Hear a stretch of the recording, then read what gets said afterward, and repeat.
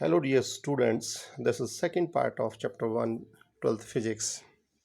Last video में हमने Coulomb's law पढ़ा था। अब अपन कूलम्स लॉ को ही पढ़ रहे हैं, बट उसका वेक्टर नोटेशन यानी वेक्टर फॉर्मेट इसका कैसा होता है। जब फोर्स को अपन वेक्टर कहते हैं तो कूलम्स लॉ को भी वेक्टर फॉर्म में लिखना बेटर रहेगा। इसके लिए हमने Q1 और Q2, ये देखिए आप, Q1 और Q2 दो पॉइंट चार्ज लिए। लास्ट वीडियो में पॉइंट चार्ज का कॉन्सेप्ट समझा दिया था। इनके पोजिशन वेक्टर्स R1 और R2 वेक्टर्स हैं, और जो R21 आप देखिए एक पोजीशन एक वेक्टर दिख रहा है आपको, जो Q1 से Q2 की तरफ जो डायरेक्शन है उसको अपन ने R21 वेक्टर दिया है। Then by triangle rule of vector addition, यानी एक ट्रायंगल बन रहा है, देखिए आप O Q1 Q2, इसमें आप लगाएंगे तो R21 vector will be R2 vector minus R1 vector, यानी कि तीन पोजीशन वेक्टर्स हो गए, उनके बीच में म्यूचुअल रिलेशन आ गया। Similarly vector leading from Q2 to Q1 is denoted by 1 2।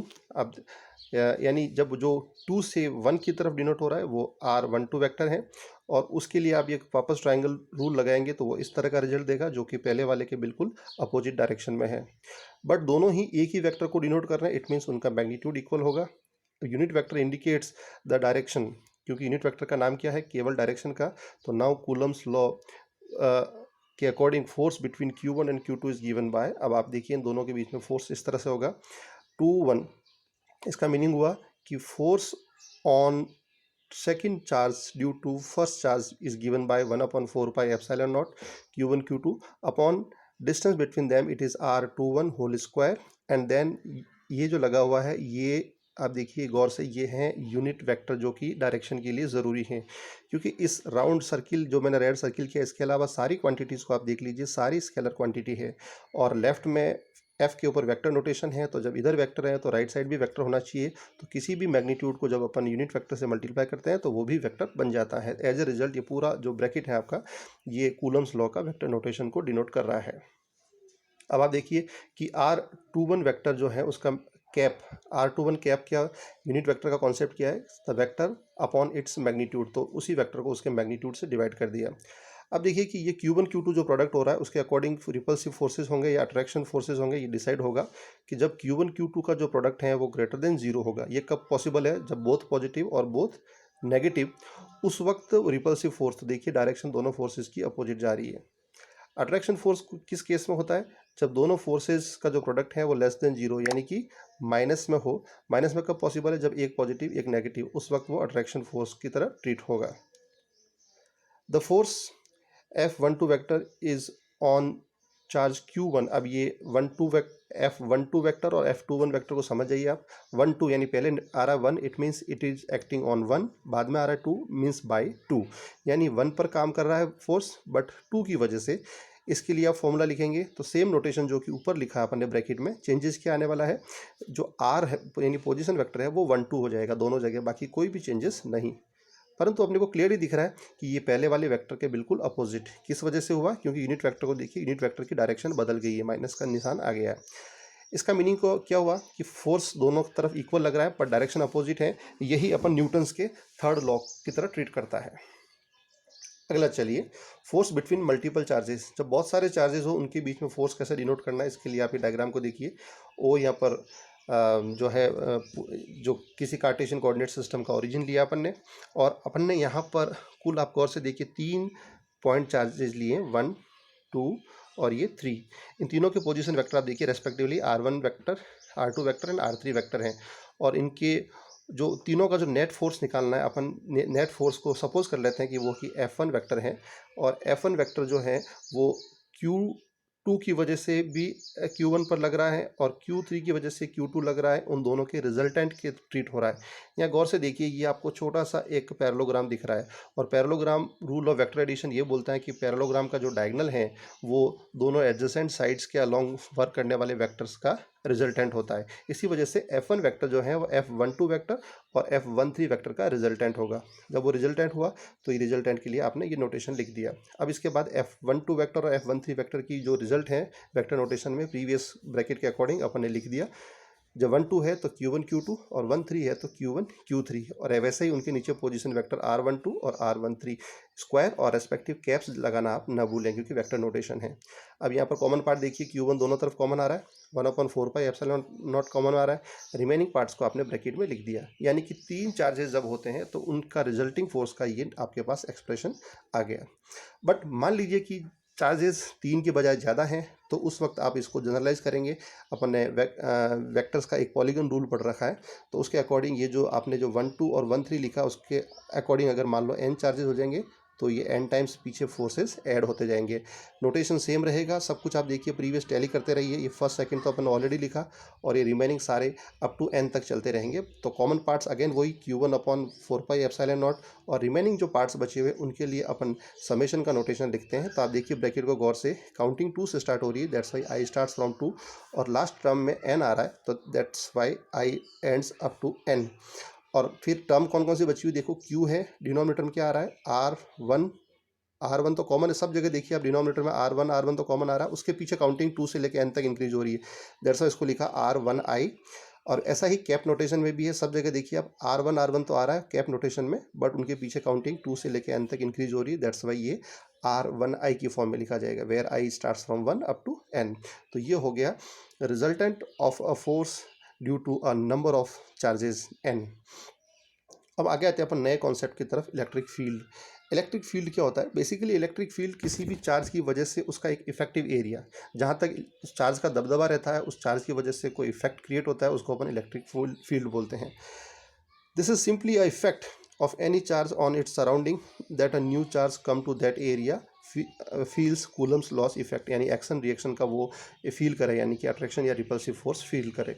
इसके लिए अपन ने एक ओरिजिन के ऊपर Q जो है कैपिटल Q चार्ज अपन ने पॉइंट चार्ज सपोज किया, वो ओरिजिन के ऊपर पड़ा है, और एक स्मॉल q चार्ज हम लाए जो कि उससे r डिस्टेंस के ऊपर है। द कूलम्स लॉ के अकॉर्डिंग दोनों के बीच में जो फोर्स वर्क करेगा उसका वेक्टर नोटेशन होगा F vector equals to 1/4 pi epsilon naught Q r square into r cap vector notation में यूनिट वेक्टर लगाना न भूलें। अब देखिए ये आपके पास फोर्स आ गया। अब इस फोर्स का अपन आगे देखते हैं इम्पैक्ट किस तरह से हो सकता है, क्योंकि जब आप इस Q जो चार्ज लाए हो, ये Q चार्ज आर्बिट्रेरी है, ये आपने रेंडमली चूज किया, मान लो ये हट जाए, if Q is removed then what will happen to its place, तो उसकी जगह पर क्या फ़र्क पड़ेगा? Q हट जाए फिर भी उसकी जगह पर कैपिटल Q का जो इफेक्ट है वो अभी भी बरकरार है। इसका मीनिंग ये हुआ कि कैपिटल Q जो यानी पॉइंट चार्ज जो कि ओरिजिन पर पड़ा है, उसका जो इफेक्ट है उसके सराउंडिंग में है, और वो फंक्शन ऑफ R है। फंक्शन ऑफ R का मतलब डिस्टेंस R पे भी डिपेंड कर रहा है कि आपका जो स्मॉल q यानी जो नया चार्ज है, इनको बेसिकली सोर्स चार्ज और टेस्ट चार्ज बोलते हैं। सोर्स मतलब जो जिसकी वजह से है, या कैपिटल Q आपका सोर्स चार्ज है और स्मॉल q जो है आपका टेस्ट चार्ज है। तो टेस्ट चार्ज को आप आर्बिट्रेरी इधर उधर मूव करेंगे तो ये R आपका चेंज होता रहेगा, इसलिए इलेक्ट्रिक फील्ड जो है वो R का फंक्शन है। This effect is called electric field, और यही इफेक्ट इलेक्ट्रिक फील्ड है, and it is given by, अब इसका फॉर्मूला देखिए आप, E vector that is function of r is given by 1/4 pi epsilon naught q upon r square into r cap। आप previously force के फॉर्मूले से compare कीजिए तो आपको ऐसा लगेगा कि सिर्फ स्मॉल q रिमूव हुआ है राइट साइड में, बाकी सब कुछ वैसा का वैसा है। इसका मीनिंग ये हुआ कि इसका जब आप ऐसा यूनिट लिखेंगे तो ऐसा यूनिट इसकी आएगी न्यूटन पर कूलम, जो कि किस वजह से आई है, देखिए इस ब्रैकेट को और ये ऊपर जो फोर्स का अपन ने अभी जो रिजल्ट नंबर 1 लिखा, दोनों को आप कंपेयर कीजिए, आपको लगेगा कि राइट साइड में स्मॉल q अगर नंबर 1 से हटा दें तो आपको ब्रैकेट E वेक्टर मिल जाएगा। इसका मीनिंग हुआ कि E वेक्टर को आप Q से मल्टीप्लाई करेंगे तो आपको फोर्स वेक्टर मिल जाएगा। अब यहीं से आप E निकालेंगे तो क्या आएगा, F/Q। F यानी फोर्स, Q यानी चार्ज, तो फोर्स का यूनिट न्यूटन और चार्ज की कूलम, तो इसकी ऐसा यूनिट होगी न्यूटन पर कूलम। अब आगे चलते हैं अपन कि इस रिलेशन में अगर आप Q को 1 कर दें, एक नई डेफिनेशन अपन इलेक्ट्रिक फील्ड की क्रिएट कर रहे हैं, अगर Q को 1 कर दें तो दोनों तरफ फोर्स और इलेक्ट्रिक फील्ड म्यूचुअली इक्वल हो जाएंगे। तो इससे नई डेफिनेशन बनती है कि electric field due to a point charge at a point in a space is equals to the force that a unit positive charge would experience if place at that point, यानी unit point charge आपने वहाँ रखा तो वो जो feel करेगा force वही electric field के बराबर होगा। अब इसमें Q को आप कैपिटल Q को सोर्स चार्ज बोलते हैं, ये बात अपन पहले ही कर चुके हैं। अब 4 इंपॉर्टेंट रिमार्क इलेक्ट्रिक फील्ड को लेके, as per definition of electric field source should be at its place if test charge is brought near to it, क्योंकि देखिए आप सोर्स चार्ज अपनी जगह पे रहना चाहिए और आप टेस्ट चार्ज को उसके पास लाएंगे तो प्रैक्टिकली वो खुद एक फोर्स फील करेगा और वो खुद मूव होने की कोशिश करेगा। तो वो मूव नहीं हो, इस डिफ़िकल्टी से ओवरकम यानी इस डिफ़िकल्टी से निकलने का क्या तरीका है? सिर्फ यही तरीका है कि आप स्मॉल क्यू को बहुत ही स्मॉल लो, इतना स्मॉल लो कि अपन उसको नेगलेक्ट कर सकते हैं। तो उसका जो फोर्स क्रिएट होगा वो भी नेग्लिजिबली वेरी स्मॉल होगा। बट उस केस में एफ अपॉन क्यू, ध्यान दीजिए एफ अपॉन क्यू क्या है? Electric field. ये फाइनाइट रहेगा, यानी ये चेंज नहीं होगा। अब आप इस टर्म को समझिए, फाइनाइट कैसे रहेगा? क्योंकि जब क्यू कैपिटल, इसमें जो स्मॉल क्यू है उसकी वैल्यू लार्ज है तो फोर्स भी लार्ज होगा। लार्ज अपॉन लार्ज रेशियो निकालो। अब जब स्मॉल क्यू को आपने वेरी स्मॉल कर दिया तो फोर्स भी वेरी स्मॉल होगा, तो very small upon very small. यानी आप यूँ समझिए कि एक बार आप 1,00,000 को 100 से डिवाइड कीजिए, दूसरी बार आप 1000 को 1 से डिवाइड कीजिए, एक तरह से आपको सिमिलर रिलेशन ही मिलेगा, सिमिलर रेशियो ही मिलेगा। तो यहाँ से इलेक्ट्रिक फील्ड की जो स्टैंडर्ड डेफिनेशन बन गई, electric field is limit q tends to zero, आपका जो चार्ज है वो इतना स्मॉल हो कि नेग्लिजिबल हो, then F vector upon q. ये इलेक्ट्रिक फील्ड की आपके पास नई डेफिनेशन आ गई। सेकेंड रिमार्क देखिए, since electric field is being defined in the term of charge q, आप देखिए कि इलेक्ट्रिक फील्ड में बार बार चार्ज क्यू आ रहा है, उसकी जिक्र हो रहा है, बट ये इससे इंडिपेंडेंट है, उसके फॉर्मूले में स्मॉल क्यू नहीं आ रहा है। कारण उसकी इक्वेशन आप देखिए, क्योंकि क्यू वहाँ पर रिमूव हो रहा है। इसका मीनिंग हुआ कि ई वेक्टर सिर्फ आर का फंक्शन है, यानी उसकी पोजीशन वेक्टर का फंक्शन है जहाँ पर वो टेस्ट चार्ज आया, बट खुद टेस्ट चार्ज का फंक्शन नहीं है। In its space, hence the different position of the charge q all over the space we get different values, क्योंकि जैसे जैसे आप पॉइंट चार्ज की पोजीशन बदलेंगे, आर की वैल्यू बदलेगी, तो आपको डिफरेंट डिफरेंट इलेक्ट्रिक फील्ड की वैल्यूज़ मिलेगी। इसका मीनिंग हुआ कि इलेक्ट्रिक फील्ड जो है वो 3D में हर पॉइंट के ऊपर एग्जिस्ट करता है। थर्ड रिमार्क देखिए, for a positive charge in electric field, देखिए आप, क्योंकि आपका जो टेस्ट चार्ज है और जो सोर्स चार्ज है उन दोनों के पे डिपेंड करेगा कि उसकी वजह से इलेक्ट्रिक फील्ड की डायरेक्शन क्या होगी, क्योंकि इलेक्ट्रिक फील्ड खुद एक वेक्टर है। तो अगर आपका सोर्स चार्ज पॉजिटिव है, the electric field will be directed radially outwards, तो वो आउटवर्ड यानी उस फील्ड की डायरेक्शन बाहर की तरफ होगी, चार्ज से दूर की तरफ होगी। And if the source charge is negative then E vector at each point will be radially inverts, यानी वो खुद उस सोर्स चार्ज की तरफ उसकी डायरेक्शन होगी। तो नेगेटिव और पॉजिटिव की वजह से डायरेक्शन बिल्कुल अपोजिट हो जाती है।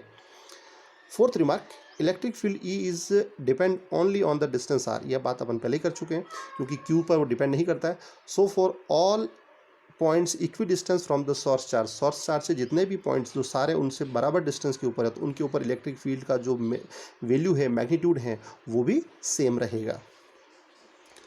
अगला देखिए, electric field due to a system of charges, जैसा कि हमने फोर्स में भी निकाला था, पहले 2 चार्जेस के बीच में फोर्स निकाला, फिर 3 के बीच में निकाला, फिर उसको n चार्जेस के ऊपर अपन ने एक्सटेंड किया। तो सेम कॉन्सेप्ट इलेक्ट्रिक फील्ड पर भी लागू होता है, क्योंकि इलेक्ट्रिक फील्ड पे अपन क्या करेंगे, वहाँ पर जैसे कूलम्स लॉ में 2 चार्जेज है उनके बीच में फोर्स क्रिएट होता है, परंतु अपन इलेक्ट्रिक फील्ड के कॉन्सेप्ट में हम दोनों में से एक को अपन क्या बोल देते हैं, यूनिट चार्ज। तो यूँ समझ लिए कि इलेक्ट्रिक फील्ड और इलेक्ट्रिक फोर्स का कॉन्सेप्ट लगभग सेम ही है। Electric field at the point in space due to a system of charges is defined to the force experienced by a unit test charge. ध्यान से देखिए, यूनिट टेस्ट चार्ज यानी दोनों charge में से एक को 1 कर दिया आपने, placed at that point without disturbing the original position of the charges, बाकी चार्जेस की अपन पोजीशन चेंज नहीं करेंगे। And then we use Coulomb's law and superposition principle to determine the field at point P denoted by with the position vector r. Diagram को समझिए, diagram में वो आपका रिक्वायर्ड लोकेशन है पी, जहाँ पर अपने को इलेक्ट्रिक फील्ड निकालना।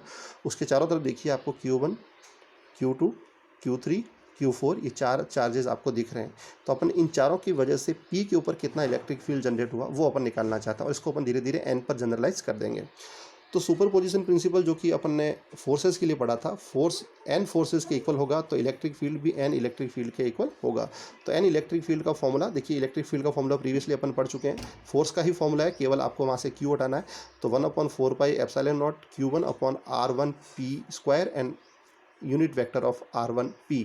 यहाँ आप देखेंगे कि Q1 ही क्यों लिखा, क्योंकि पॉइंट P पर अपन सपोज करके चल रहे हैं वहाँ पर यूनिट चार्ज है, तो उसकी वैल्यू 1 है।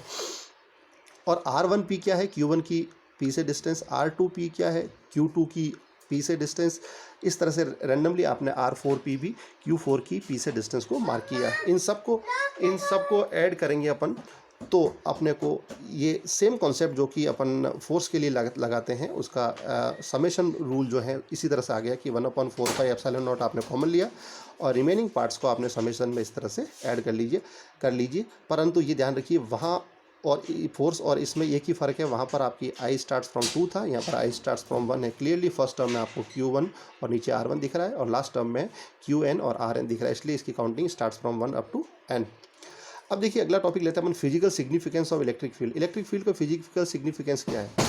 देखिए अभी तक अपन पढ़ चुके हैं इलेक्ट्रोस्टैटिक्स में कि जो इलेक्ट्रिक फील्ड और इलेक्ट्रिक फोर्स लगभग एक तरह ही ट्रीट करते हैं, परंतु फिर भी अपने को इलेक्ट्रिक फील्ड इंट्रोड्यूस क्यों करना पड़ा, तो इस कारण को समझिए कि इन फिजिक्स फील्ड, पहले फील्ड का मतलब समझिए। In physics field is a quantity that is defined at every point in the space and may very from point two point, वो पॉइंट टू पॉइंट वेरी भी करती है।